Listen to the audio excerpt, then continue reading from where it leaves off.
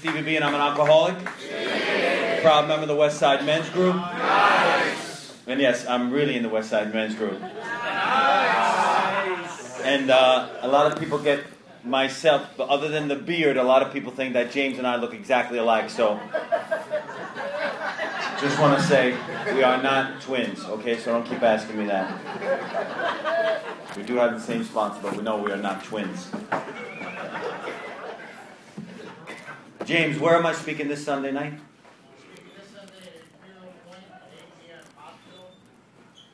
Apiro Point Hospital, which is like commercial federal highway area, 8 p.m. So if you want to come up and support James' group that he takes there every Sunday night as a service commitment, we're going to be there 8 p.m. Well, I'd like to welcome the newcomers tonight, and especially Eric's brother and all the other people that picked up tonight. What an amazing night to pick up medallions. What an amazing night to come in and pick up a white chip. And Wendy gave out the white chips. I had a stinky guy named Harry that gave out my white chip.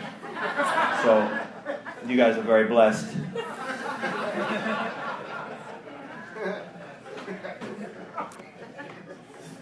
You guys are off the hook. And a great speaker that we just heard about, Paulie, that's going to be here for 2 weeks from now. I don't know if he coined the phrase, but he certainly has been saying the phrase. And he said to me and countless others that we are off the hook.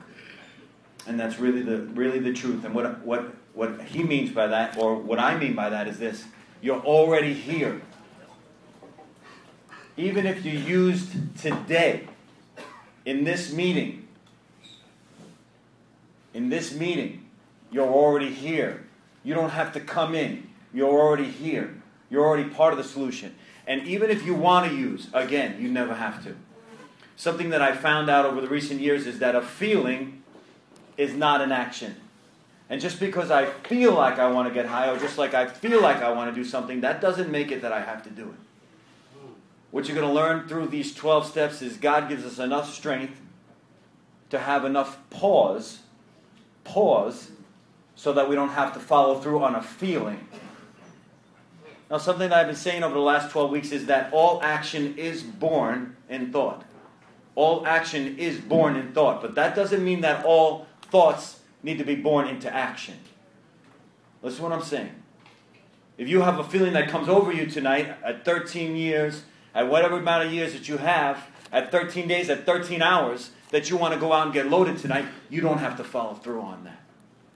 And the way that we do it in this program is we do it one day at a time. And a lot of us that are successful, even in the beginning, we have this thing where we call thinking it through.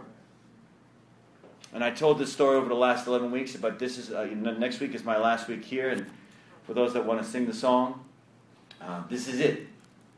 The final countdown.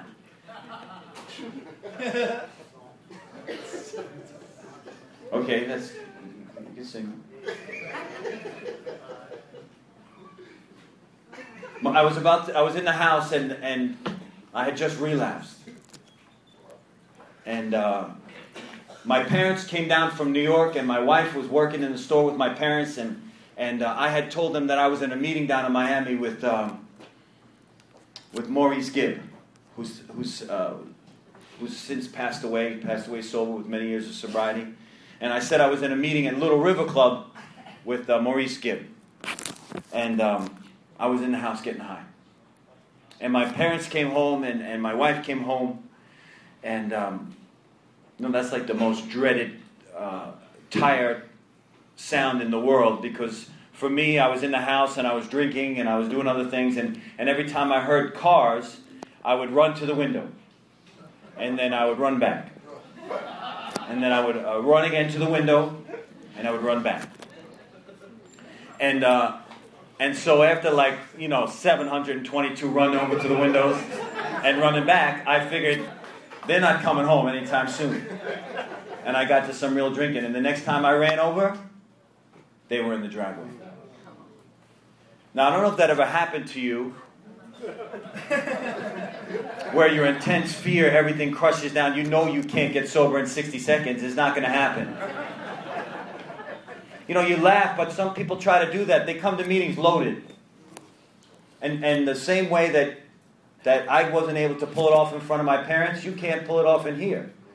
So when you're falling asleep and you're scratching and you're in your chair and you're nodding, we know. Okay, just so you understand, we know. It's not that we think that you're just tired. We get it. But the only requirement for you guys to be here, anyone that's still getting high, is just a desire. So we're not judging. Because as Wendy and my parents know, and my wife, I came to these meetings high. And falling asleep and slurring my words. And you guys still welcome me back. And my dad took me to another meeting. And still, after having 7 years, as our lovely speaker spoke about tonight, and I thought that I didn't have a problem with fine wine. Now, I never drank fine wine before. Fine wine is wine that actually has a cork. That's what I would call fine wine. What I mean by that is I've never really had a wine that wasn't in a cap.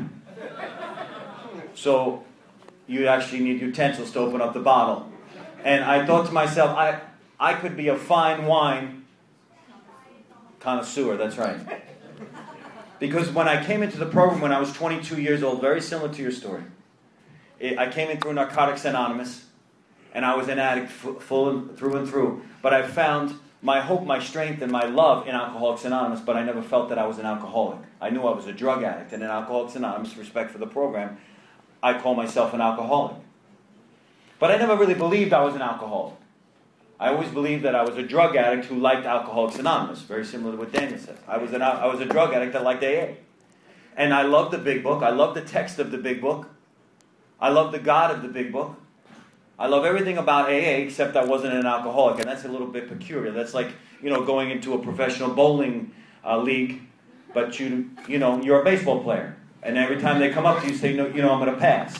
But I kept saying for 7 years I was an alcoholic, and I thought maybe after a couple years, 4, 5, 6, 7 years, that I would actually feel like I was an alcoholic, but I never did.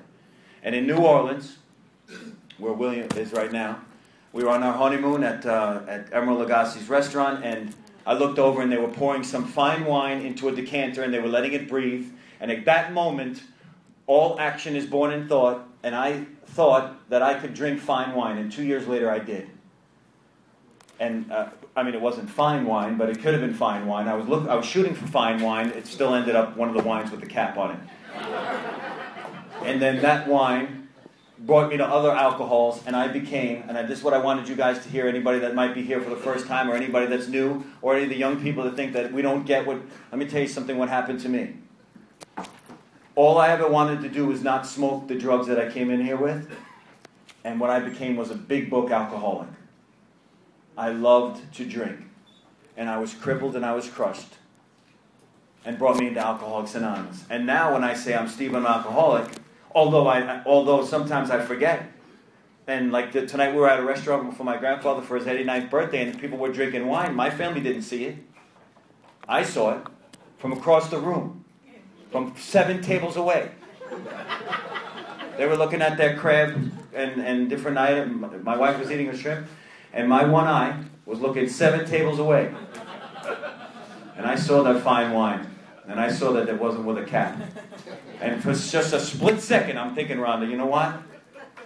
It's a possibility. But thank God I'm steeped in the program of Alcoholics Anonymous. And thank God I have a God today. And I want to read this to you. There's so much that has to be covered in 11 steps. It's not going to happen tonight. But we're going to move at a fevered pitch. But I want anyone to know that's here for the first time or that's new, like some of the ladies that I met tonight that are new, everything I'm speaking about tonight is in the big book of Alcoholics Anonymous. And then the other book that it's in is in the 12 and 12. The 12 and 12. Now, something that I found out today is that the 11th step in the 12 by 12 is absolutely inspired and amazing. If you don't have the 12 and 12, get it 12 and 12. If you want to have a relationship with God, and I mean at any level, the 12 and 12, the 11th step, is going to explain it in such words that it's truly inspiring. I always have this running debate with my friend Stevie B, and I always say that the big book was inspired, and the 12 and 12 is awesome. But I got to tell you, this 11th step is inspired. So if you want to have a closer personal relationship with God, get yourself a 12 and 12. Don't steal it. It doesn't work that way. If you want to have a you need to buy it. So get the 12 and 12. Step 11. In the big book of Alcoholics Anonymous on page 25, the great fact is just this and nothing else. that we have had deep and effective spiritual experiences which have revolutionized our whole attitude towards life, toward our fellows, and towards God's universe. The central fact of our lives today is the absolute certainty that our Creator has entered into our hearts and lives in a way which is indeed miraculous. He has commenced to accomplish those things for us what we could not do for ourselves. Bill W. and Dr. Bob wrote this with 4 years of sobriety, or less. Between 1935 and 1939, with less than 4 years of sobriety, they wrote that line. They didn't have 15 years of sobriety. They didn't have 50 years of sobriety. They were convinced that their Creator created inside them a profound spiritual and psychic change. And they weren't talking about what I heard 2 weeks ago at a meeting in the morning. A guy with 25 years came in. He said that he has found a God of his understanding. And he was teaching on the 11th step. There's nowhere in the 11th step a God of your understanding. The 11th step says God as we understood Him. The founding fathers, the Big Book of Alcoholics Anonymous, and the 12 and 12, they're all aligned in one thing. You get to find a God as you understand Him. Now, it doesn't have to be the same concept of God as me, but they truly believed in God as we understand Him. Now, somehow during the last 70 years, it gets watered down to a small capital G, God of your understanding. But that's nowhere where it says it. Doesn't say it in the steps, and it doesn't say it in this step, it doesn't say it in the Big Book, and it doesn't say it in the 12 and so. They were talking about God. And how do I know that? Listen to this.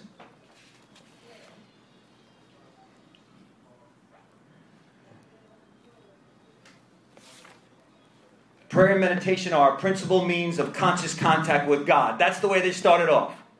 They don't mince around the books. And this is 15 years later after they wrote the Big Book of Alcoholics Anonymous. So in 1935 to 1939, they published it in 1939, the Big Book of Alcoholics Anonymous comes out. A lot of people get sober. A lot of people get saved. A lot of great things are going on. People give their life to God. Other people don't give their life to God. But the program doesn't get watered down. People are saying, listen, they come to meetings and they say this: I believe in God, or I don't believe in God, or I'm searching for God. It's not a prerequisite that you need to believe in God. But what is a prerequisite is that, and it says it here, this is not my words, you at least need to have open-mindedness if you want to move to the next level. Prayer and meditation are our principal means of conscious contact with God.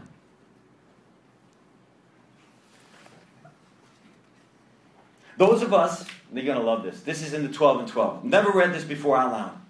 Those of us who have come to make regular use of prayer would no more do without it than we would refuse air, food, or sunshine. And for the same reason, when we refuse air, light, food, or sunshine, the body suffers. And when we turn away from prayer and meditation, we likewise deprive our mind, our emotions, and our intuitions of vitally needed support. Why do we pray? Why do we meditate? Because it makes us feel at a place of peace like nothing else did. Or for some of us, like drinking and drugging that we wanted to shoot for. I don't know if you've ever had a place of perfect peace when you were drinking. I remember times when I had one or two of something and that peace comes over you, or at the end of the day when you took that one shot, and as that one shot went down your throat, you felt at least an instant sigh of release, an instant relief. All day you were thinking about taking a drink, all day you were thinking about taking a drink, and then you took that drink, and boom, you felt good. Well, the thing that happens with prayer and meditation is you don't need to overdose in it. It makes you feel good, you feel centered, you don't feel off balance, and you want to continue it. And you want to go back to that source, and you want to go back to that power. And what the 11th step talks about, seeking through prayer and meditation to improve our conscious contact, is no matter what level you're at, you can still see God exactly where you're at. You know, last week I spoke about that some people view me as religious. And I'm not religious. What I am is I'm just very, very serious about my relationship with God, because as Spike, my wife that's sitting here, my parents, and other people that saw me out there knows that I was religious about going to the drug dealers and to the bar. I was religious, which means is I got up in the morning and I got on my knees and I scrambled around for money to go get high. And during the day I scrambled around for ways and means to get more. And at night I begged the dealer and I begged the bartender to front me and give me credit. And I went